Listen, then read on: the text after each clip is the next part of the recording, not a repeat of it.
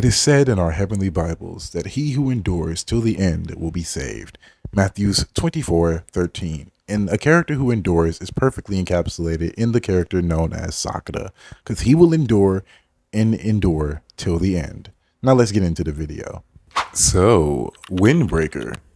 Personally, I really do think that this is my favorite type of delinquent type of anime, in my opinion, mainly for several reasons. For one, the main character is actually likable. Take notes, Tokyo Revengers. I'm not gonna cap. Like, bro, it's crazy how much I like the main character and whatnot like the other guy. Like, the main character is like, it's like he's Bakugo mixed with Ichigo mixed with Vegeta. That's really the best way I could describe Sakura. I'm moving on past the main character and how I feel about him, and as far as that, I think the Sakura scenes, the hand-to-hand combat scenes are freaking immaculate. Like, I've never seen, like, bro, it's just hands. Like, it's so much perfect hands. Like, bro, the way they scrap is beautiful to see. Personally, it speaks to the martial artist in me. Like, personally, I love every bit of it. There's even a guy with an eye patch that literally fights like me. I love it. He real like me for real. Bye bye. You know what I mean? Like, bro, he's cool. He's really cool. They call him the gentleman, and he is a gentleman nonetheless. A sophisticated young man.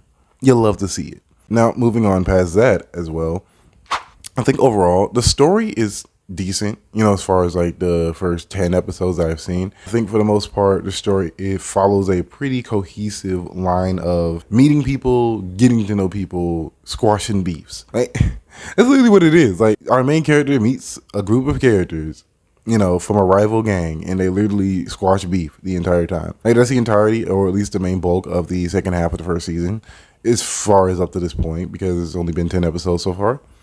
And personally, I just think that it's a really solid show. I like pretty much all of the characters that have been introduced that are not random jobbers, for the sake of being random jobbers, of course. Like, I like a lot of the characters' personalities, which really sell me in the show overall. Like, if I had to talk about one thing more than anything, it's the characters' relationship with one another. It's the most interesting thing ever. Like, and of course you have your tropey anime, side characters. You have the angry tough guy rival. Even with the angry tough guy rival, the funny thing about it is he has so many rivals. Like, he wants to get stronger and fight many of his main cast for the most part, just for the sake of them being strong, which I can't lie. As a Dragon Ball fan, that is my main selling point for me. Having a main character that simply wants to become stronger for the sake of becoming stronger, for whatever other underlying reason, is my type of main character. Like, honestly, like, again, this show just speaks to the part of men that just want to, fight, that wants to get into action, that wants to crash out. And I can't say I'm mad at it, personally. Like, I know what some of the more political people are going to say, and I don't give a damn. Call it what you will, I don't care. I love these episodes. I loved every episode. Like, bro, I literally was hooked in every episode, even if they're not even scrapping all the way, because the show is just that interesting and that much you need to get into. Like, Windbreaker is literally just a great show. So, shout out goes out to Peyton Cooper, and it goes as follows. Well said, I like the Spider-Man games. I've tried to like Miles, but he's just not a good character, and he's definitely OP with the electric powers. It doesn't feel like Spider-Man to me. Like, honestly, it really doesn't. Like, I just don't like it. And a testament of them trying to make him different, they just made him too different now. It's just like, whatever. It's mixed of slice of life mixed with old school shonen that speaks to my heart. Like, in Renji over here, honestly, I wish he had more to do. Like, yeah, he's just angry, stock angry rival guy. But, I feel like there's more layers to his character that we just don't see yet. And again, it's only been 10 episodes, so of course we haven't seen much of his character. But with the amount of time that's spent with all the other characters, whether it be the main character or his main ops, it's typically like not much for the other characters to do besides just be cool or get cooked, literally, which is my one gripe with the show so far. Like, maybe I'm spoiled because I'm used to JJK and I'm used to people, getting more of the spotlight when the main character basically gets little or just not as much. Because, like, personally, I do relatively think that a lot of the characters are like not given much, especially the guy that I like, eye patch gentleman, my glorious king.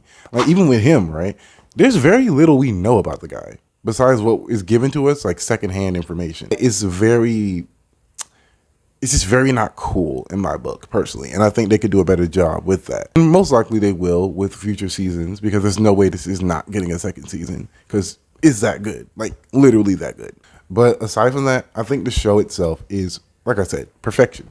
Like, again, it's literally just shonen, but cooler, because the hands are cooler. Like, and I do love the fact that anime is really embracing the no faithful 1v1s. Like, bro, I like anime like that.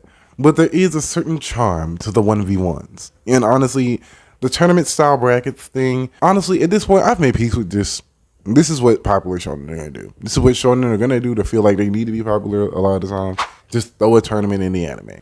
And personally, I just think when it comes to the tournament arcs in anime, I just think that it comes down to presentation, like, in my opinion. I think that's the best way to make or break a tournament arc. And I think Windbreaker really did a good job with this version of tournaments. Like, honestly, it was really good, man. The main villain of Tokyo Revengers, at least as far as like the first 10 episodes, is like some random kid. I think Honey Senpai, if he has some balls. Like, and that's pretty much who he is. If you know, you know.